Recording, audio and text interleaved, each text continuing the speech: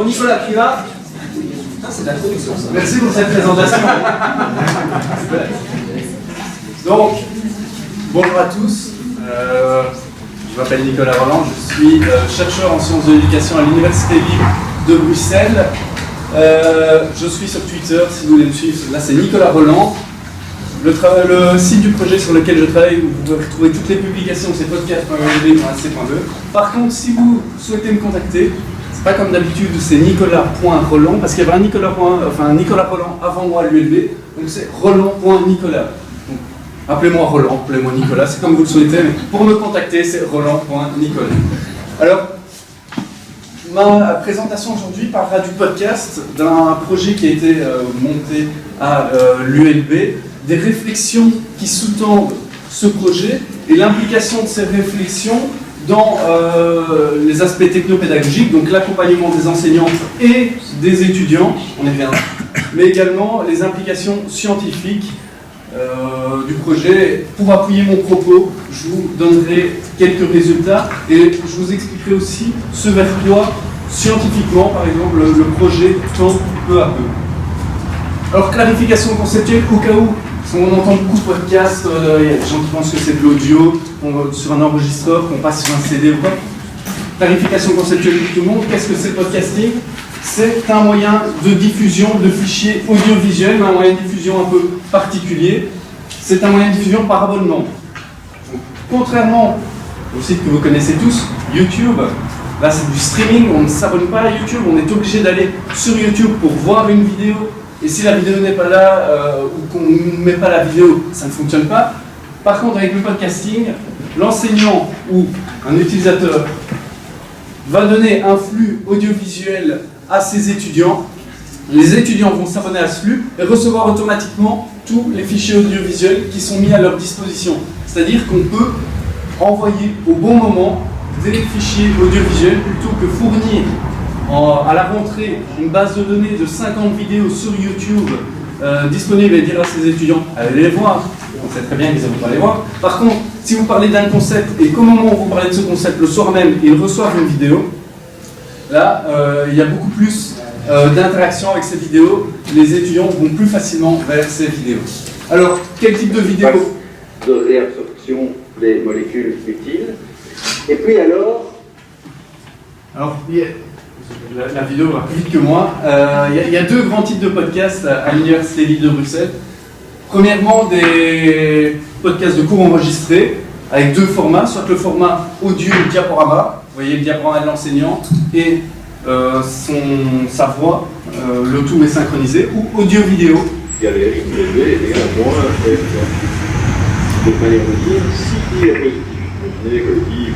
Et donc ici on voit l'enseignant qui s'ouvre dans la salle. Si l'enseignant indique quelque chose au tableau, ça peut zoomer sur une partie du tableau, on y reviendra. Et la deuxième grande partie, deuxième grand type de podcast, ce sont les capsules, des courtes séquences pédagogiques audiovisuelles qui vont permettre de faire de l'apprentissage au niveau de l'anglais par exemple. From your mother tongue. There are a number of ways in which you can remedy this situation by using a glossary and other language resources. Permettre aussi d'introduire des travaux pratiques sur les calculateurs, sur les électroencéphalogrammes, sur comment utiliser ces appareils. Pour placer les électrodes externes, remplissez une seringue de pâte conductrice et mettez-en une petite quantité sur la partie métallique de l'électrode. Donc ici, les étudiants peuvent voir ça avant d'utiliser tout cet attirail un peu impressionnant. Et ça rend concret les travaux pratiques avant d'être réellement en travaux pratiques. Pour la dissection de Periplaneta americana, nous utiliserons 2 paires de pinces fines, une paire de ciseaux fins et des aiguilles de beurre. Sur le spécimen conservé en alcool, commencez par prélever un à un les appendices céphaliques gauche ou droit. Saisissez-les au niveau de leur insertion sur la tête à l'aide de pinces fines. On m'avait dit que je passais vers midi, donc au cas où vous auriez pu avoir faim, c'était pour calmer tout le monde et être sûr que j'ai le temps. Maintenant j'ai le temps, je le sais. Donc ici, vous comprenez bien que l'objectif est de permettre aux étudiants de voir ces vidéos avant d'aller aux travaux pratiques de biologie et de faire les dissections. Alors qu'avant, ils avaient un très joli syllabus polycopié pour les Français, où il y avait des dessins faits par l'enseignant, mais même si l'enseignant dessinait très bien, les vidéos à côté, il n'y a pas photo, il n'y a pas vidéo. Donc voilà, les deux grands types de podcasts. Alors, quand j'étais engagé, la première mission on m'a demandé à l'ULB, parce que la position de l'ULB était un peu particulière. C'était pas d'équiper 50 à 100 auditoires de matériel informatique, non, ils ont été assez intelligents pour engager un chercheur en sciences de l'éducation qui n'avait a priori pas grande affinité technologique, quoique un peu. Et on m'a demandé, est-ce qu'il y a un intérêt à faire ça? Et donc on va équiper quelques auditoires, est-ce qu'il y a un intérêt à faire ça? Donc on va déjà voir dans la littérature ce qu'on dit. J'ai été voir dans la littérature, alors j'ai pris une revue de la littérature assez récente, mais c'était déjà la même chose il y a quelques années. Il y a 11 études sur le podcasting qui vont dire que le podcasting permet de meilleurs résultats des étudiants. Donc quand on met en place du podcasting, notamment pour enregistrer, les étudiants ont des meilleurs résultats. Chouette, on va avec le podcasting en place. Sauf qu'il y a quand même 6 études qui vont conclure à une absence de différence significative au niveau des résultats, et donc on ne voit rien. Le podcasting n'apporte rien de plus, déploiement de technologie et rien de plus.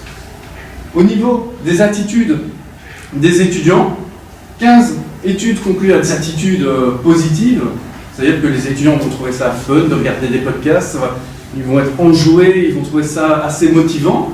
Il y a tout de même 4 études qui concluent à une attitude négative des étudiants. C'est ennuyeux, c'est répétitif par rapport au cours qu'on a déjà suivi, ça apporte pas grand-chose. Et enfin, la question qui préoccupe tous les enseignants, au niveau de l'absentéisme, 4 études vont conclure à une absence d'effet sur la présence des étudiants et sur leur absentéisme. On voit ça quand on veut, mais il y a quand même 4 études qui concluent à des effets négatifs au niveau de la présence au cours d'eau.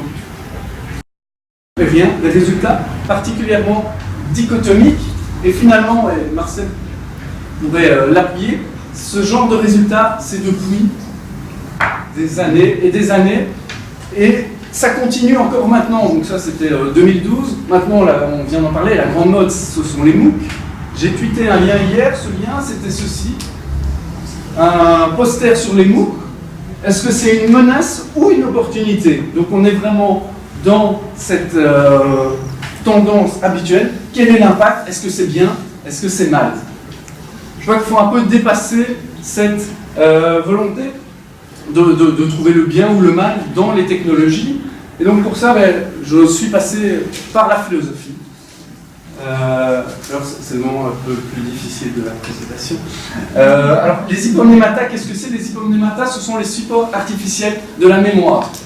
À l'époque des Grecs, ces hypomnématas, c'était les cahiers les registres de texte où on pouvait noter un ensemble de choses.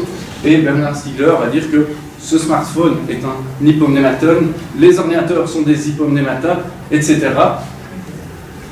Ce sont des supports artificiels de la mémoire. Ce qui est intéressant quand on remonte à Platon, et il y a beaucoup de gens qui le disent, c'est que ces hypomnématas sont des pharmacas ou un pharmacone.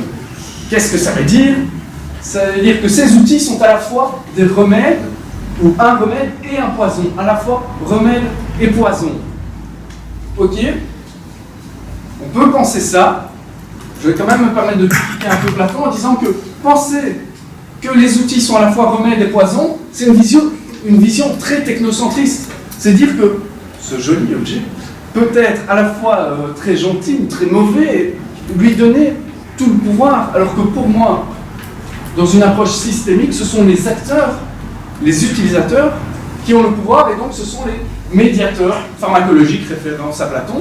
Et dans les dispositifs pédagogiques, qui sont ces médiateurs pharmacologiques? Marcel en a parlé, il y a les enseignants, ces enseignants qui ont tout le pouvoir de design pédagogique, mais qui se trouvent dans ce design pédagogique aussi, ce sont les étudiants. Et donc c'est la manière dont les enseignants et les étudiants, parce que parfois on les oublie, les étudiants, on essaye de faire de beaux dispositifs pédagogiques où on fait plein de choses actives, etc. Mais les étudiants, leur contexte, tout leur background, la manière dont ils réagissent et fonctionnent dans ce type de dispositif, on n'étudie pas du tout ça. Donc vraiment, mon intérêt se porte sur ce que j'appelle les médiateurs pharmacologiques. Ici, le contexte institutionnel, l'enseignant et les étudiants. Qu'est-ce que ça a eu comme implication? Ça a eu comme implication de faire... Alors, ça peut paraître un peu simple, peut-être auprès d'un public de pédagophiles. Il faut dire que, on ne les citera pas, mais même en communauté française de Belgique, certaines universités se sont mis dans le podcasting sans offrir d'accompagnement pédagogique, en se disant on va équiper 50 auditoires, mettre un système en place, et ça va fonctionner, ça va être super. Ici, avec cette réflexion derrière, on va accompagner les enseignants et les étudiants sur les aspects techniques, notamment, mais aussi pédagogiques. C'est-à-dire que même les étudiants, on dit c'est une génération Y, technologique, etc. On leur dit vous allez vous abonner à un flux RSS.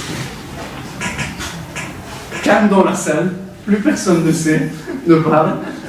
Donc il faut leur expliquer ce que c'est un flux RSS, comment s'y abonner, et ensuite comment utiliser ces podcasts. C'est important qu'avec l'enseignant, et c'est dans mes tâches, lors de chaque cours enregistré, j'interviens en première séance pour expliquer avec l'enseignant pourquoi on podcast le cours, quel est l'apport du podcast à côté du syllabus, du diaporama, des lectures complémentaires. Il faut que ça fasse sens pour les étudiants. Donc on accompagne là-dedans les enseignants et les étudiants. Pour revenir un peu technique, pardon, je suis un peu malade, on a développé aussi une infrastructure de podcasting, une infrastructure basée sur les besoins des utilisateurs. C'est-à-dire que ce n'est pas un informaticien qui a travaillé tout seul dans son coin sans réfléchir en faisant des choses à sa guise. Donc, on a développé une infrastructure qui s'appelle EasyCast, qui est composée de 3 outils. Easy Manager qui permet aux enseignants de gérer leur podcast, Easy Recorder qui leur permet d'enregistrer en auditoire, et Easy Player qui est une interface pour les étudiants qui leur permet de regarder les vidéos, et tout ça est basé sur les besoins des utilisateurs. Je vous explique ça. Pour les enseignants, ils arrivent en auditoire, login, mot de passe, ils indiquent le cours qu'ils souhaitent enregistrer, ils choisissent le format, et ensuite, j'avais fait le test la nuit, donc on a un écran bleu parce qu'il n'y a personne dans l'auditoire, et un fond vert parce que c'était les lumières de sécurité. Donc lorsqu'on lance l'enregistrement, et même avant de lancer l'enregistrement, ça a été une demande des utilisateurs, et on l'a implémenté. Merci. Ça a été une demande, c'était de pouvoir gérer la caméra. Ce qu'il y a, c'est qu'on a pensé au tracking caméra, donc délire technologique, sauf que l'enseignant qui va indiquer quelque chose au tableau, ces étudiants sont là, il va se retirer, la caméra va rester fixée sur lui, alors que les étudiants s'attendent à voir ce qui est au tableau. On ne va pas non plus donner un joystick aux enseignants, on va penser à eux. Donc on leur a permis d'avoir un ensemble de scènes prédéfinies, il y en a 6, ils ne peuvent pas non plus faire grand-chose, mais de faire un plan large, un plan rapproché, un plan sur le tableau gauche, tableau droit, tableau central, ce qui leur permet durant le cours de s'arrêter d'expliquer quelque chose sur le diaporama et de commencer à faire quelque chose au tableau. Donc ça, c'est vraiment basé sur les besoins des utilisateurs. Alors après, ils peuvent enregistrer, s'arrêter. Ils peuvent, c'est aussi dans les besoins, modérer leur enregistrement. Ce n'est pas juste enregistrer puis c'est ok. Non, on préfère parfois revoir ce qu'on a soi-même fait. Donc on a permis d'avoir une modération. Ensuite, un système que je ne vais pas détailler, mais qui leur permet de gérer leur vidéo. Et puis quelque chose, coupe la musique parce qu'elle n'apporte pas grand-chose. On a développé un player pour les étudiants. Ça aussi, c'est basé sur les besoins des étudiants. C'est-à-dire que les étudiants expliquaient, et j'y viendrai après, qu'ils utilisaient le podcast de manière active. Et on a voulu leur fournir un outil qui leur permette de mieux utiliser activement ces podcasts. Et donc, c'est un lecteur style YouTube, mais qui va leur permettre d'annoter la vidéo durant... je vais montrer ça. Voilà, ici. Donc, ils peuvent annoter leur vidéo avec un titre, une description, des mots-clés, et ils vont avoir ensuite une liste de signés, comme s'ils mettaient des post-it sur un syllabus. Donc, ils ont un ensemble de signés dans lesquels ils vont pouvoir faire des recherches et ainsi retrouver plus simplement des moments précis. Les signés officiels, l'enseignant peut lui-même chapitrer sa vidéo, faire son chapitrage. Les étudiants feront le leur, ils peuvent le partager entre eux, ça peut être collaboratif.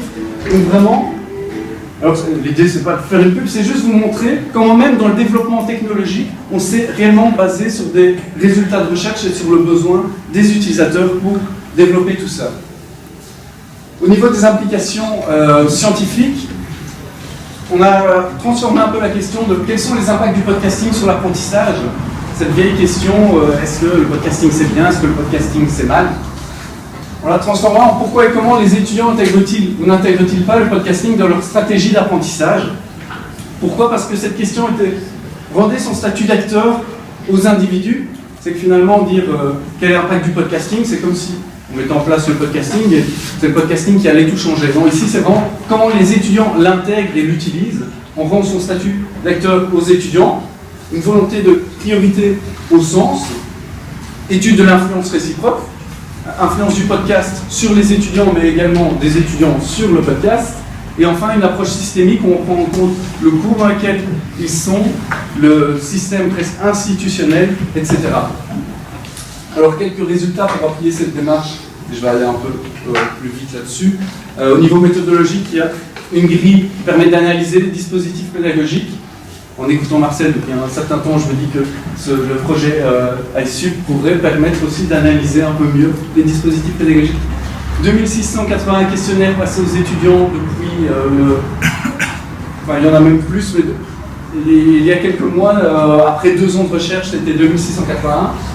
23 entretiens menés avec 23 étudiants, les entretiens menés 3 fois, pour comprendre comment, au fur et à mesure, ils intégraient ou n'intégraient pas le podcasting. Et donc, dans les résultats, au niveau des questionnaires, ce qu'on voit, c'est est-ce qu'ils utilisent le podcast? La réponse, c'est 60%, 62% utilisent le podcast, mais ce n'est pas la panacée. Il y a quand même 38% qui vont dire qu'ils n'ont pas le besoin, ils prennent déjà note en cours, ils n'ont pas le temps. Le cours en présentiel est beaucoup plus important pour eux. Donc ils se sentent là-dessus. Ce qui est intéressant aussi, et on revient dans cette démarche systémique et dans le fait que ce n'est pas le podcast qui fait tout, c'est que, vous voyez ici, la liste des cours et le taux d'utilisation du podcast en fonction des cours. Vous voyez que c'est très disparate en fonction des cours. Donc ça dépend vraiment du dispositif dans lequel on intègre le podcast, cette utilisation dépend vraiment du dispositif. Pour preuve, les enseignants du C1 et du C10, enfin l'enseignant du C1 et du C10, du cours 1 et du cours 10, est le même. C'est le même enseignant dans ces 2 cours, idem au niveau du C6 et du C7. Cours 6, cours 7. C'est-à-dire que pour un même enseignant, il peut y avoir des taux d'utilisation si on se trouve dans un dispositif pédagogique différent. Autre preuve, alors ça c'est pourquoi utilisent-ils les podcasts? Alors là ils expliquent leurs différentes raisons de manière générale, mais ce qui va être intéressant, c'est que quand on décompose par cours, pour le premier enseignant, le fait de rattraper un cours manqué, c'était pas rattraper un cours manqué en plus, normalement c'était compléter ses notes. Le fait de compléter ses notes, ça va être réellement important. Pourquoi? Parce qu'il n'y a pas de syllabus, il n'y a pas de support de cours dans ce cours-là, alors que dans les autres dispositifs pédagogiques, là où il y a un ensemble de supports de cours, et il va moins y avoir cette utilisation. Donc il y a vraiment une influence, encore une fois, du dispositif sur l'utilisation des podcasts. Et ce que j'ai expliqué, c'est que les étudiants utilisent les podcasts, du moins ceux qui utilisent les podcasts, l'utilisent de manière active. C'est-à-dire qu'ils assistent différemment aux cours. Il y a 3 profils qui se dégagent. Le premier profil, c'est ceux qui vont au cours, qui ne prennent plus aucune note, et qui ensuite, chez eux, vont refaire le cours en ayant mieux compris le cours. Ils ont pris le temps de comprendre le cours. Chez eux, ils vont refaire leur propre support de cours. L'autre profil d'étudiant, c'est celui qui prend un peu note comme avant, mais qui va indiquer « Tiens, là, j'ai pas assez noté, là, je me pose des questions », et qui va retourner sur le podcast, et qui va réintégrer le podcast dans ses notes de cours. Et enfin, il y a quand même un 3e profil d'étudiant qui n'insiste plus au cours, et ça, c'est un autre débat, on pourra y revenir, mais qui va utiliser le podcast pour construire son support de cours. Ce qui va être intéressant, c'est que ces 3 profils disent qu'ils reconstruisent le cours. Ils ne vont pas juste recopier tout ce que l'enseignant dit, ils vont utiliser le podcast avec le syllabus, le diaporama, les lectures complémentaires, ils vont refaire un support de cours qui va être adapté à leur stratégie d'apprentissage. Certains vont faire des bullet points, d'autres vont faire des cartes conceptuelles, certains vont faire des syllabus monoblocs. Ils vont refaire leur support de cours et ils vont se réapproprier le support de cours. On voit que même dans des cours transmissifs, presque les étudiants sont en demande de travail actif parce qu'eux-mêmes, alors qu'on ne leur demande pas, ils vont faire du travail actif avec les supports de cours. Alors je vais passer ces résultats pour vous en montrer d'autres. juste vous montrer que le déterminisme technologique ne fonctionne pas du tout. Quand on entend podcast, ça vient de iPod et de broadcasting. En français, c'est encore plus parlant, balado-diffusion. Cette idée de se balader avec son contenu pédagogique. Finalement, tous les étudiants utilisent ces podcasts principalement sur des supports physiques de type ordinateur ou ordinateur portable. Pourquoi ? Et comme je vous l'expliquais juste avant, ils ont une utilisation active. Ils ont besoin d'être dans un endroit calme et de réellement travailler sur ces podcasts. C'est par la nature du contenu pédagogique qu'ils vont l'utiliser de cette manière-là. Un étudiant en interview faisait cette analogie. Je peux lire un ouvrage dans le métro, un roman dans le métro. Mais par contre, un ouvrage de cours, j'ai besoin de la noter, donc j'ai directement besoin d'un cahier, j'ai besoin d'autres choses, j'ai besoin de mon matériel, donc je ne le fais pas dans le métro, ni dans le train, etc. Donc voilà, le déterminisme technologique, balado-diffusion, ben finalement la balado-diffusion elle n'est pas réellement là.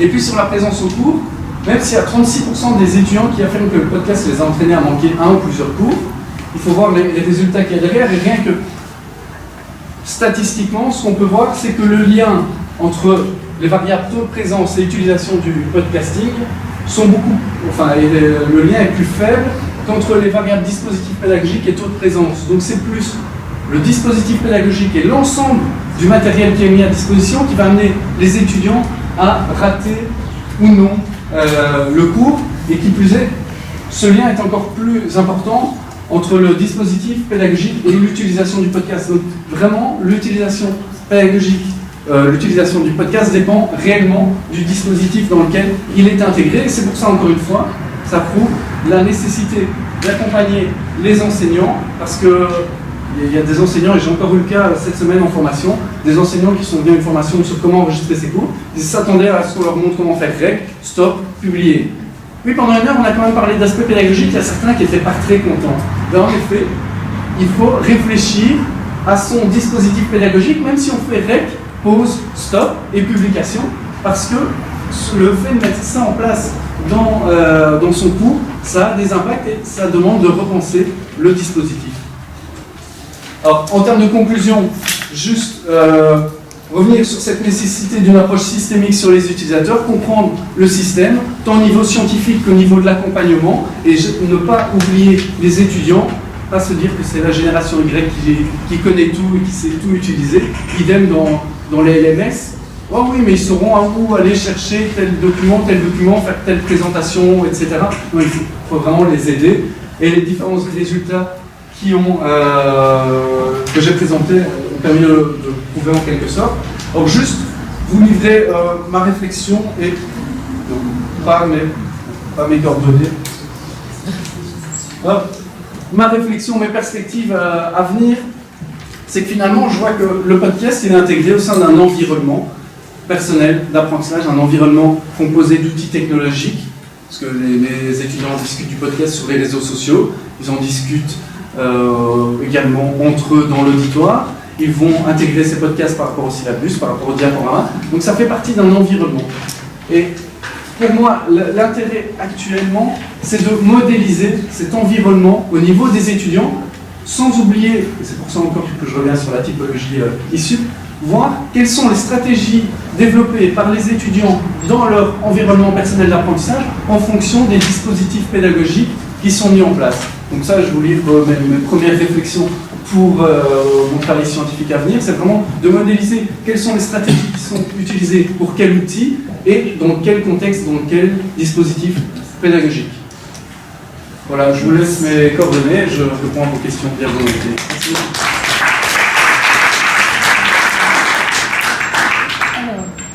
Je vais faire 2 remarques sur l'outil, la réflexion du prof que tu as eu par rapport à l'outil. On a le même type de réflexion par rapport à PowerPoint, par rapport à tous les outils qu'on utilise en présentiel ou en complément du présentiel. C'est-à-dire moi j'aime plus faire des formations à comment ça marche, mais beaucoup on l'utilise.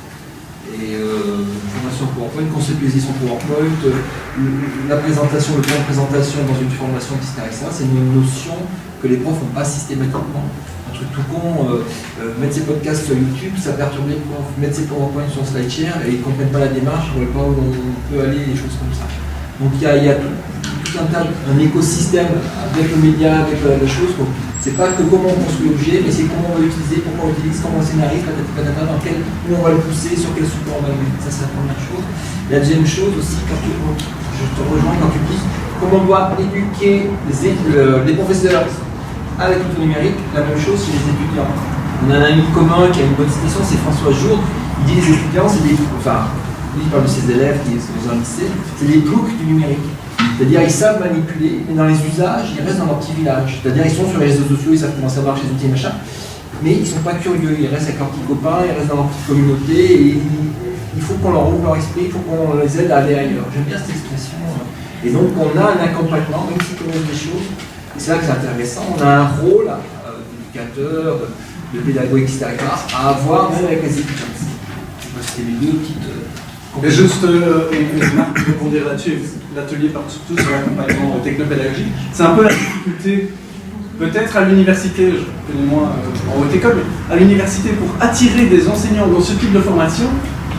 Soit on parle de pédagogique, et on a quelques pédagogues qui viennent, mais on n'a pas beaucoup de gens. Soit on fait une publicité plus technologique, et alors on a beaucoup de gens, comme j'ai vu, c'est vraiment ce cas en formation cette semaine. Alors les gens s'attendent à une formation technique et se disent pas qu'il y a du pédagogique derrière, que c'est juste faire du rec, pause, stop, publication, et ne pensent pas à repenser leur dispositif derrière, et donc se trouvent un peu désarçonnés quand on leur dit oui, il faut quand même réfléchir à vos objectifs d'apprentissage, à vos autres méthodes, vos autres supports, et enfin peut-être à votre évaluation, voir si tout est en cohérence.